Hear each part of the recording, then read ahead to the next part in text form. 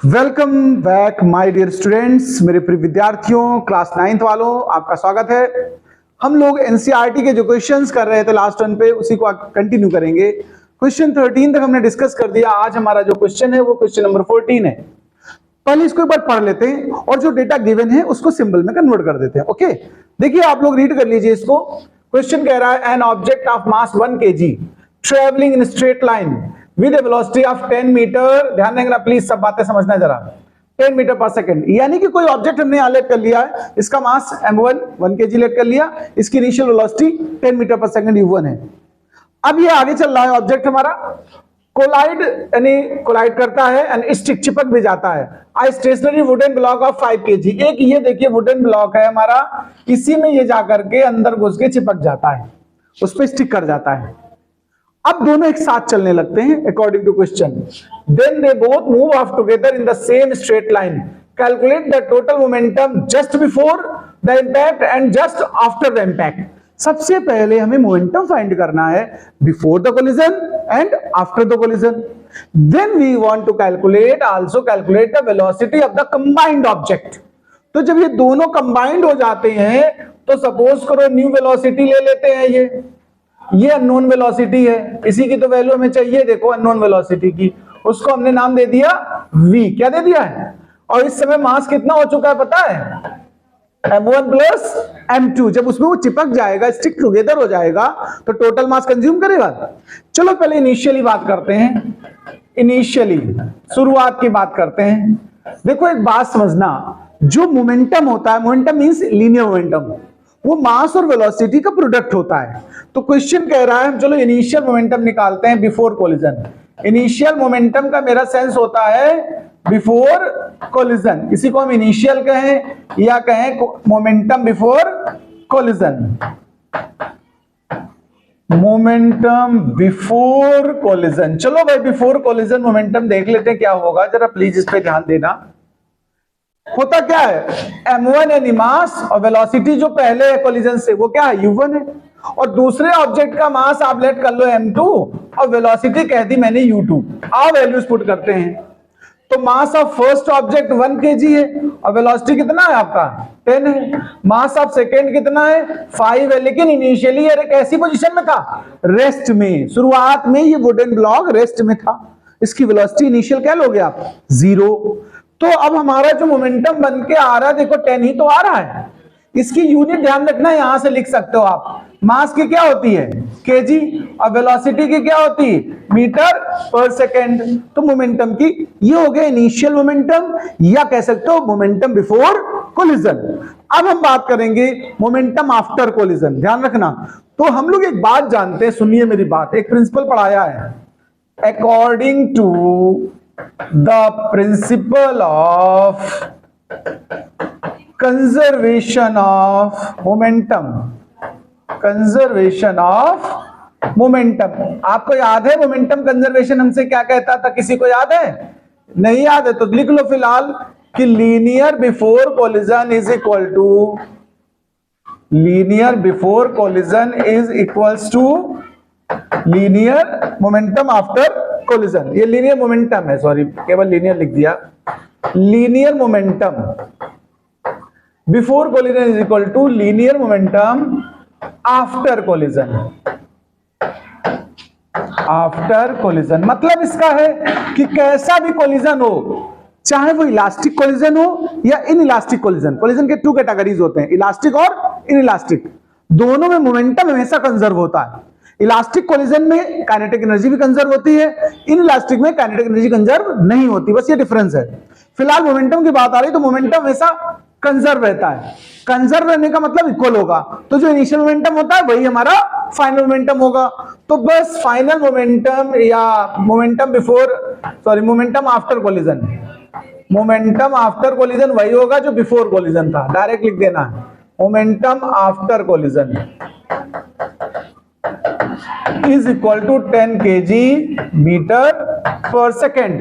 ये कैसे पता चला कि वही होगा? प्रिंसिपल होता है इसका, रूल बताया था मैंने, लीनियर मोमेंटम प्रिंसिपल, कि लीनियर मोमेंटम हमेशा कंजर्व रहेगा। जितना इनिशियल होगा उतना ही फाइनल। इनिशियल कैलकुलेट कर दिया, फाइनल का सीधे आंसर लिख दिया। यहां तक तो आप समझ ही गए होगे। इसके बाद मुझे फाइनल वेलोसिटी पता करनी है। अब फाइनल मोमेंटम पता चल चुका है हमारा, देखो तो फाइनल मोमेंटम की अगर हम बात करें, फाइनल मोमेंटम 10 आ चुका है। फाइनल में जो देखो मास कितना हो चुका है दोनों का मिलाकर, और वेलोसिटी कितनी लेट कर ली मैंने, capital V. Total mass use किया जाएगा क्योंकि they are stick together after the collision. भाई जैसे कोई ट्रैक्टर जा रहा, पीछे से आप कीचड़ मार दो या गोबर मार दो तो उसकी टाली में चिपक जाएगा कि नहीं चिपक जाएगा? मतलब जो स्पीड ट्रैक्टर की उसी में वो शामिल हो गया कि नहीं हो गया, बताओ। उसी तरह ये ब्लॉक में जब दूसरी ऑब्जेक्ट चिपक गई, स्टिक कर गई, तो दोनों की सेम वेलोसिटी, इसलिए वेलोसिटी हमने भी रिलेट कर ली दोनों की, लेकिन मास भी दोनों कंबाइन कर लिया। पहले ऑब्जेक्ट का मास हमारा कितना था जरा बताओगे मुझे, 1 kg, और दूसरे वाले का कितना था, 5 kg। ये फाइनल वेलोसिटी अननोन है तो ये यहां पर 10 के इक्वल कर दो, तो यानी v इज इक्वल टू 10/6, या फिर इसे क्या लिख सकते हो, 5/3 मीटर पर सेकेंड। ये वेलोसिटी कैलकुलेट हो गई। ये क्वेश्चन डन हुआ। Now we start question number 15। Please देखें जरा, हमेशा हम गिवन डेटा पे फोकस करें पहले तो। N object of mass 10 kg। देखिए कोई ऑब्जेक्ट है जिसका मास आपको गिवन है कितना, 100 kg। सबसे पहली पॉइंट आपने मास लिख दिया, ठीक है। Accelerated uniformly from velocity 5 metre पर सेकेंड टू 8 मीटर सेकेंड। यानी इनिशियली इसकी जो वेलोसिटी थी वो कितनी थी, 5 मीटर पर सेकेंड, ओके। और फिर वो एक्सेलरेट होते होते कितना बना लिया उसने, 8 मीटर पर सेकेंड अटेन कर लिए। ये फाइनल वेलोसिटी हो गई। अब आगे क्या कह रहा है देखो, इन 6 सेकेंड, टाइम भी गिवन है तुमको, 6 सेकेंड में ऐसा कर पाया है, ठीक है। Calculate the initial and final momentum. Momentum मतलब यहां हमारा लीनियर से, अभी आपके सिलेबस में लीनियर ही है, एक और होता है उसको बोलते हैं एंगुलर मोमेंटम। तो फर्दर इसका नाम लीनियर एंगुलर अलग अलग बोला करेंगे, फिलहाल मोमेंटम वाली बात कर दी। तो देखो इनिशियल मोमेंटम पहले उठा लो। इनिशियल मोमेंटम मतलब हो गया इनिशियल मास इनिशियल वेलोसिटी। तो मास तो कोई बदला नहीं है भाई, मास इंटू वेलोसिटी इनिशियल वाली ले लो आप। तो देखिए इस समय कितना है भाई जी, मास हो गया 100 और वेलोसिटी कितनी है देखो आपकी इनिशियली 5, तो 500 kg मीटर पर सेकेंड, ये आपका इनिशियल मोमेंटम निकला। फार्मूला समझ गए, मास इंटू वेलोसिटी होता है मोमेंटम, ध्यान रखिएगा। ऐसे हम फाइनल मोमेंटम अगर निकालें तो आप क्या करोगे बताओ, अच्छा मास तो वही रहेगा लेकिन वेलोसिटी फाइनल वाली यूज करेंगे आप।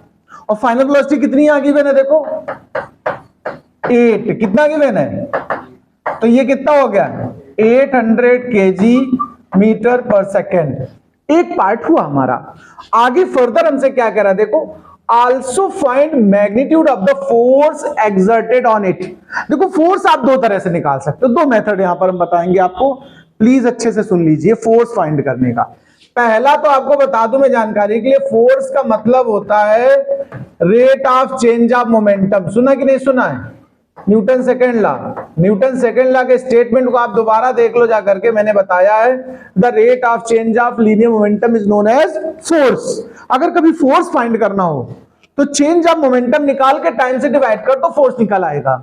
देखिए चेंज कितना हुआ मोमेंटम में बता सकते हो आप, फाइनल 800 और इनिशियल कितना था 500 और टाइम कितना लगा था 6 सेकेंड।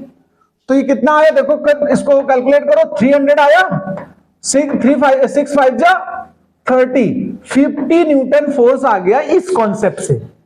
बट अगर हम इसको ना भी यूज करें तो भी हम कर सकते थे।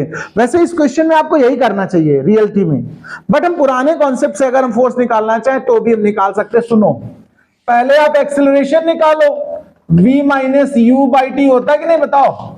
एक्सेलरेशन तो सीखा आप लोगों ने, final velocity minus initial velocity upon time interval. तो फाइनल कितनी थी जरा देख लो, 8, इनिशियल कितनी थी 5 और टाइम कितना था 6, तो 3/6 आया, यानी 1/2 एक्सेलरेशन आ गया देखो। और फोर्स क्या होता है, मास इंटू एक्सेलरेशन। मास कितना था यहां पर 100 और एक्सेलरेशन कितना था 1/2। कितना आ रहा आंसर देखो आप जरा, क्या 50 नहीं आ रहा देखो, force is equal to 50 newton आया कि नहीं आया बताओ आप।